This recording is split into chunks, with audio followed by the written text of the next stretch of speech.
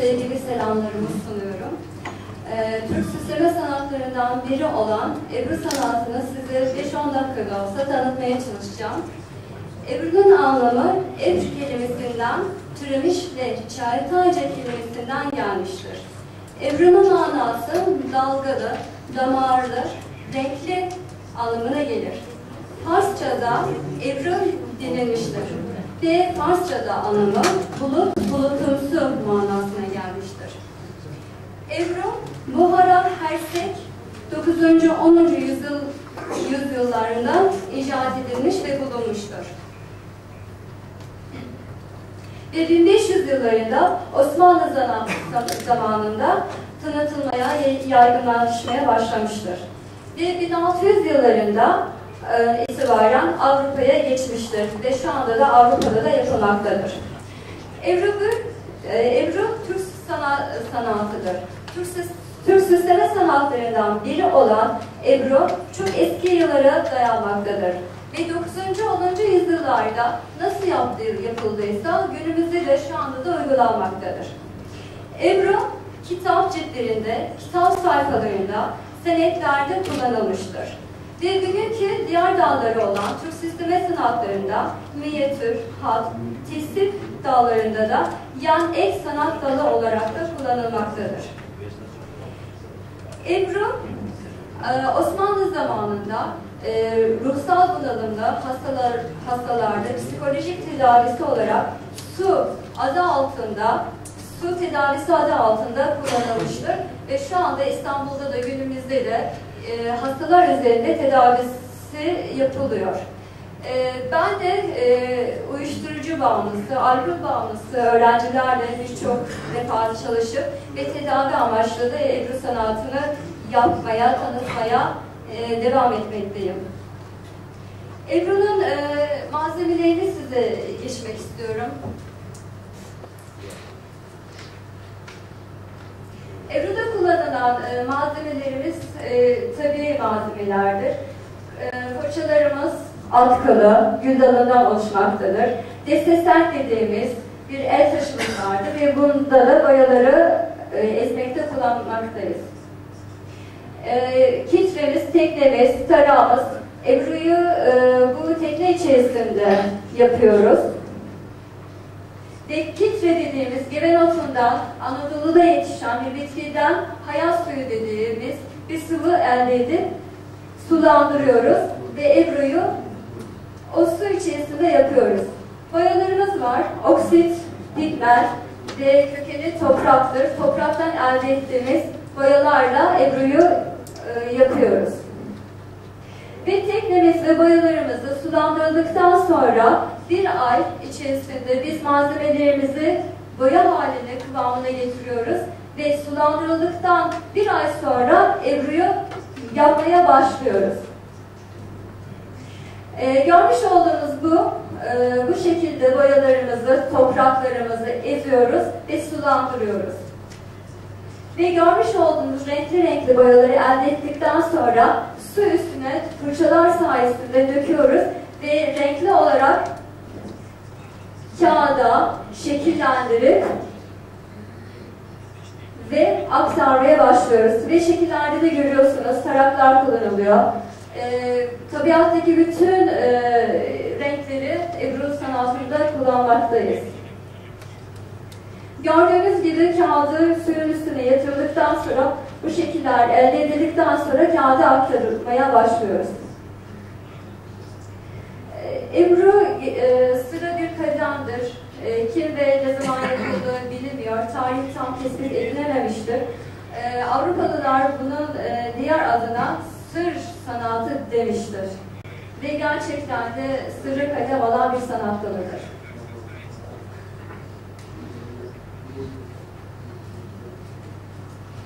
Ve çiçekler de yapmak mevcuttur. Sümbüller, menekşeler, laleler kağıda aktarılabiliyor. Ve şunu söylemek istiyorum. Ebru kainatın tam kendisidir. Ve bu resimlere lütfen dikkatli bakmanızı istiyorum.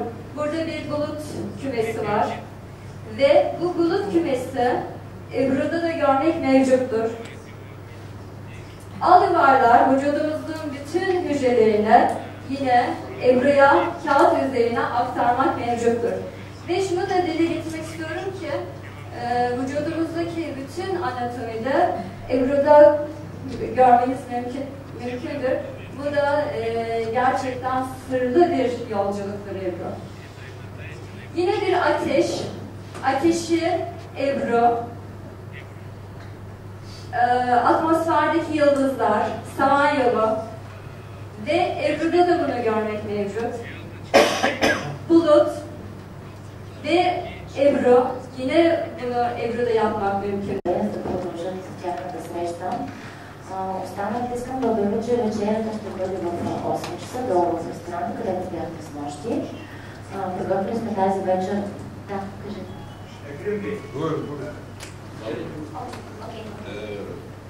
Valya bu komiser, buyurun. Başka kimse kalmadı mı? Bizim dediği üyelerinden bence sonuncu Valya Bey. Ако има още някой, който иска да се изкаже, нека да го уведоми, че ще заповядам.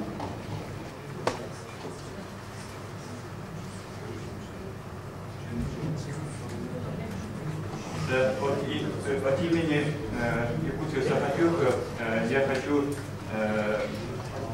в знак благодарности преподносить подарки нашим лидерам ДГТБ. Председателю ДГТБ, уважаемому Кремлею, статуэтка мамонта. Есть мамонтовые же кости. Символ означает, что мы, если все тюркские народы, несмотря на численность, будем держаться друг за друга, не вымрем как мамонты, а будем дальше развиваться. Разрешите вручить.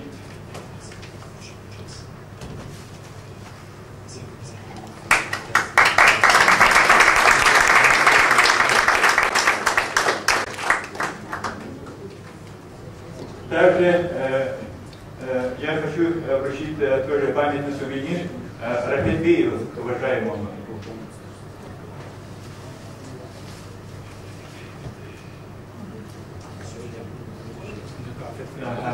Я потом дам. И хочу вручить организации ЭВЭТ книгу в знак того, что мы, якуты, живя далеко от всего тюркского мира, стараемся популяризировать все достижения тюркского мира. Великого сына хазарского народа Абая издал, о нем писал роман Мухтар Эвета. И мы на якутском языке привели этот роман. И разрешите вручить этот представителям организации ЭВЭТ данную книгу.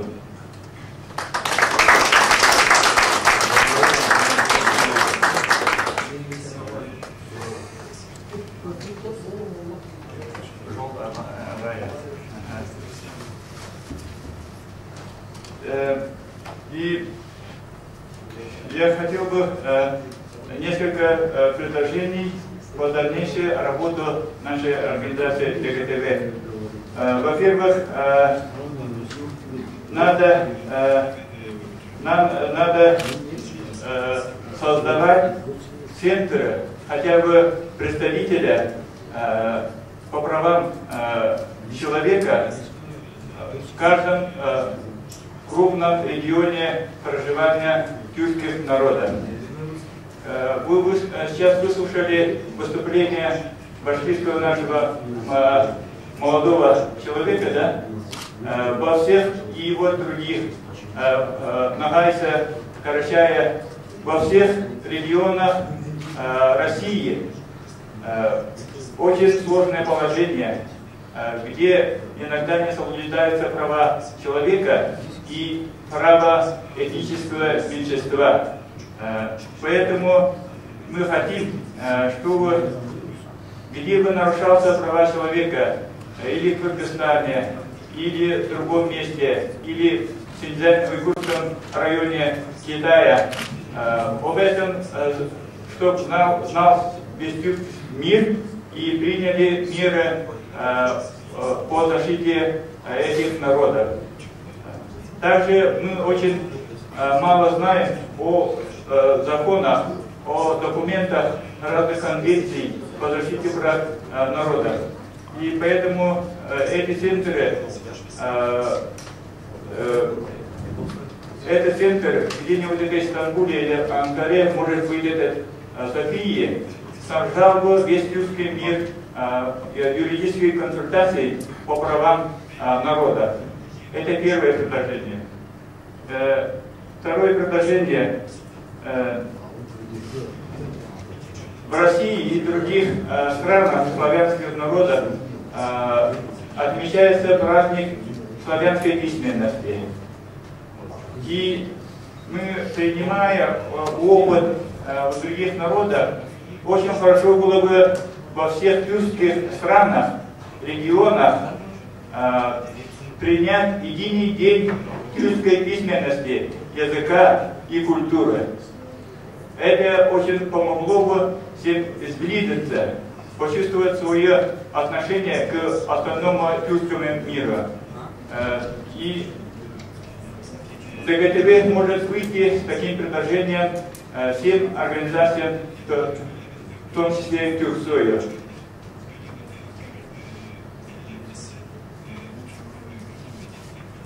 Также я хотел бы поддержать предложение Эдельбея для эффективности и для помощи работы нашей организации в больших геополитических центрах надо создать или вот назначать координаторов. Например, в Казахстане этот координатор мог бы помогать руководству ДГТВ в 3 республиках: Кыргызстан, Узбекистан и Казахстан. Также от этого региона близко живут сибирские тюрки, в том числе и Якуты-Саха. Поэтому этот координационный центр тоже способствовал бы усилению работы нашей организации. Также можно было создать в Стамбуле центр на базе Центра культуры болгарских тюрков,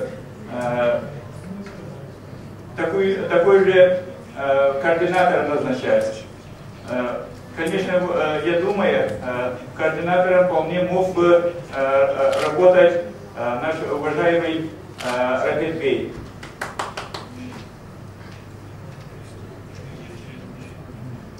И в резолюции данного форума мы должны отражать отношение всего тюркского мира к событиям, происходящим в Кыргызстане и в Синьцзян-Уйгурском районе Китая. В последние годы мы рады, что вот после развала Советского Союза образовались мощные тюркские государства, независимые. Это очень хорошо, но кое-кому не нравится, что развивается, усиливается государство тюркских народов. И поэтому в Кыргызстане идет непонятное положение со стороны соседей, со стороны больших держав идет давление на Кыргызстан. Поэтому весь остальной тюркский мир должен поддержать Кыргызстан в эти сложные, трудные для Кыргызстана время. Также постоянно систематически нарушаются права уйгуров в Китае, в Синьцзян-Уйгурском районе Китая. там идет геноцид уйгурского народа. И поэтому мы обязательно тоже должны оказать свою поддержку моральной и другими способами наших уйгурских братьев. Благодарю за внимание. Пусть результату этого форума дальше будут способствовать развитию всего тюркского мира. Еще я хотел одно предложение забыл. Вот в тюркских регионах России в 90-х годах были созданы турецкие колледжи и курсы турецкого языка. Но из-за политических реформ через некоторое время закрывались эти центры и школы под разным предлогом. И поэтому, особенно в отдаленных регионах Туве, Хакасии, Алтае, Якутии, очень трудно изучать турецкий язык. И поэтому я предлагаю такой вариант. Например, в Якутском государственном университете имеется факультет филологии, где много специалистов турецкого языка. Они могли бы создать курсы турецкого языка. Просто им нужна немножко материальная поддержка со стороны тюркских очагов или Тюрксоя или других организаций. Нам всем надо об этом подумать. И везде в других регионах создавать такие курсы. Спасибо за внимание.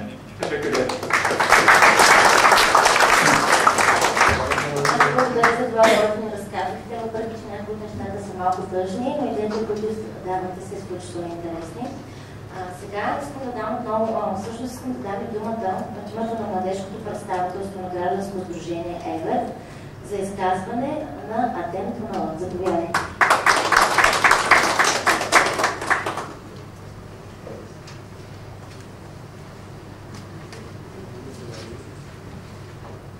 İyi günler diliyorum hepinize. Evet, derneği olarak Avrupa'nın ve Asya'nın her yerinden geldiğiniz için hepinize çok teşekkür ediyoruz. Bizi şereflendirdiniz. Bizim bir projemiz var. Evet, derneği gençleri olarak.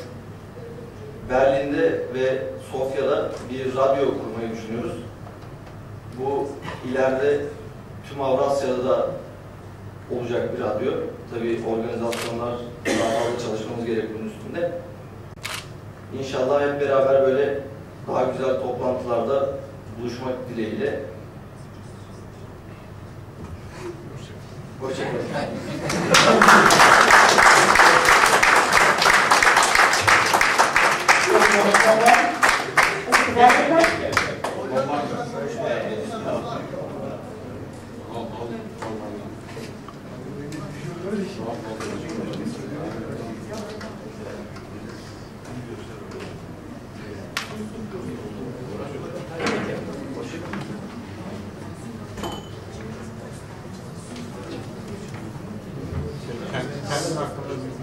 Tabii. Sayın Divan, değerli katılımcılar, benim adım Mehmet Evsen, Hollanda'dan katılıyorum. Hollanda'da Türkiye ve Araştırmalar Merkezi'nde proje görevlisiyim. Türkiye ve Araştırmalar Merkezi, bilimsel araştırmaları yapmak için kurulmuştur. Bilim, siyaset ve medya dalını doğru bir şekilde bilgilendirmek için kurulmuştur. Üzerine durduğumuz konular Türkiye ve Avrupa Birliği ilişkileri ve buna katkı sağlamaya çalışıyoruz. Ayrıca Türk kültürünün tanıtımı ve temsili ve Avrupalı Türklerin sorunları. Bugün burada sizinle kısaca uluslararası ilişkiler, sivil toplum örgütleri ve sosyal sorumluluk hakkında bahsetmek istiyorum. Uluslararası ilişkiler nedir? Uluslararası ilişkiler, adında anlaşılacağı üzere sınır ötesi ilişkilerdir. Uluslararası ilişkilerden söz edebilmemiz için iki ya da daha çok devlet ve devlette aktif olan aktörlerin olması gerekmektedir. Uluslararası ilişkiler başlı başına bir ilim olmasına karşın geniş kapsamlı bir ilişkiler alanında kapsar. Başta siyaset bilimi olmak üzere pek çok farklı alanda ve disiplinden yararlanır. Uluslararası ilişkilerin çalışma alanı oldukça geniştir. Öncelikle küreselleşme ve bu sürecin devletlere ve toplumlara etkisi uluslararası ilişkilerin özünü teşkil eder. Devamlı birçok devleti ilgilendiren global konular, örneğin terörizm ve insan hakları, uluslararası ilişkilerin çalışma alanlarıdır. Uluslararası ilişkilerin başlangıç tarihi birçok akademisyen tarafından 1648 tarihli Westfalia Anlaşması olarak kabul edilmektedir. Bu anlaşmayla birlikte bir taraftan devlet sisteminin oluşturulması ve eski Orta Çağ Avrupa'sının din dayanıklı sistemin terk edilmesi süreci başlamıştır. Uluslararası ilişkiler günümüzde artık sadece devletler arası ilişkilerle sınırlı olmayıp aynı zamanda birçok aktörün de ilgi alanına girmiştir. Bu aktörlerden bazıları uluslararası örgütler, çok uluslu şirketler ve uluslararası sivil toplum kuruluşlarıdır. Günümüzde özellikle modern devletlerde sivil toplum örgütleri devletin birçok görevini üstlenmiştir. Devletin küçülmesi, işlerin birçoğunun sivil toplum örgütlerine devredilmesi beraberinde getirmiştir. Böylece bazı uluslararası sivil toplum örgütlerinin bütçeleri yeryüzündeki bazı küçük devletlerin yıllık bütçelerinden daha fazladır. Dolayısıyla hizmet ve yaptırım güçleri de daha etkin ve aktif hale gelmiştir.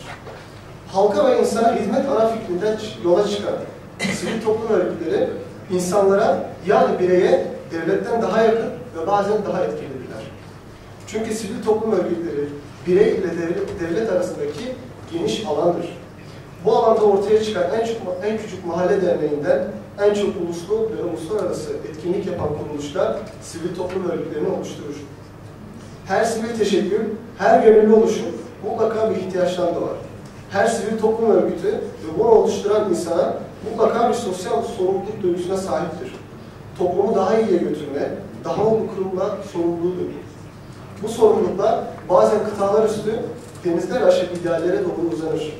Siz Amsterdam'da, Sofya'da ya da Bağdat'ta yaşayabilirsiniz. Ancak dünyanın bir başka bölgesindeki gelişmelere, sorunlara ya da insanlara ilgi duyup onların sorunlarını kendinize işleyebilirsiniz. Çağımız iletişim çağıdır. Dünyanın bir başka bölgesinde meydana gelen olayları takip edebiliyorsunuz. Ünlü yazar Thomas Friedman'ın da deyişiyle dünya giderek düzleşiyor. Dolayısıyla bu çağ insana daha fazla sosyal sorumluluk yüklemektedir. Bu gerçeklerden hareket eden sivil toplum örgütlerinin birçok misyonlarını ve ideallerini uluslararası tanımlamaktadır. Sivil toplum örgütleri uluslararası çalışmalarıyla birçok küresel konuda etkin olabilmekte ve zaman zaman devletlere ve uluslararası kurumlara baskı yapabilmektedirler. Bu çalışmalarıyla bazı sorunların çözümüne katkıda bulunmaktadırlar. Uluslararası etkinlik yapmak isteyen sivil toplum örgütlerinin en az 3 ayrı devlette etkinlik yapmaları ve temsilci bulundurmaları veya partnere sahip olmaları gerekmektedir. Dolayısıyla yapılacak etkinliklerin bütçelerinin de 3 ayrı devlet veya fondan karşılanması gerekir. Konuyu bize, yani buradaki insanların çıkarına getirirsek, bizim sizinle birçok konuda, projede ve programda ortak çalışmamız gerekmektedir. Burada bu kadar farklı delegelerin bulunması, bu kurultayın dünya çapındaki etkisini gösterir. Bu farklı delegelerin birbirleriyle görüşmesi, tanışması önemlidir ve bu delegeler arasında işbirliği oluşması ya da gelişmesi zaruridir. Sizler toplumumuzda etkili bireyler olarak bu süreçte temsil ettiğiniz insanların önünü açmak, yaptığınız işlerle bu insanlara yeni ufuklar açmalısınız. Bunu yaparken sizi anlayan, seven, destek vermeye çalışan tüm kuruluş, birey ve teşekkürle ortak çalışılması gerekmektedir. Ayrıca böylesi bir kurultayın Hollanda'da yapılmasından büyük bir memnuniyet duyarız. Hollanda'daki Türklere de gelirsek, çok kısa tutacağım. 9 Haziran'da seçimler var. Hollanda'da entegrasyon problemini konuşurken bir eksen kayması oldu. Bu eksen kayması nedir? Artık Türklerden ya da Faslılardan bahsedilmiyor. Artık Müslümanlardan bahsediliyor. 2001 olaylarının bunda çok büyük bir etkisi vardır ve bizler sadece orada Müslüman olarak anlıyoruz ve kötü bir şekilde anlıyoruz. Toplumun ilacı, hatta bazı sosyologlar Hollanda toplumunun hasta olduğunun kanaatine bile varıyor. Yani toplum böyle bir şekilde. Biz orada sosyal baskı falan görmüyoruz. Ama her gün medyada Müslümanlar hakkında kötü konuşuluyor, kötü bahsediliyor. Bundan sıkıntı duyuyoruz. Türklerin yapacağı şey, Müslümanların yapacağı şey başarı göstermektir. Başarı Hollanda'da anahtar kelime olmuştur. bir sosyoloğun Hollanda'ya da önerdiği bir sendrom vardır. Bu Zidane sendromudur. Fransa'nın eski milli oyuncusu Zidane'ı tanıyorsunuzdur. Zidane aslen Cezayirlidir. Ama Fransa formasını giydiği an ve Fransa için golleri attığı zaman kimse onun Cezayirli olduğunu sorgulamadı. Fransız olarak kabul etti ve toplumda onu başarılı kıldı. Eğer bizler de Türkler olarak orada başarılı olabilirsek ve hep beraber olabilirsek iri oluruz, diri oluruz. Teşekkür ediyorum.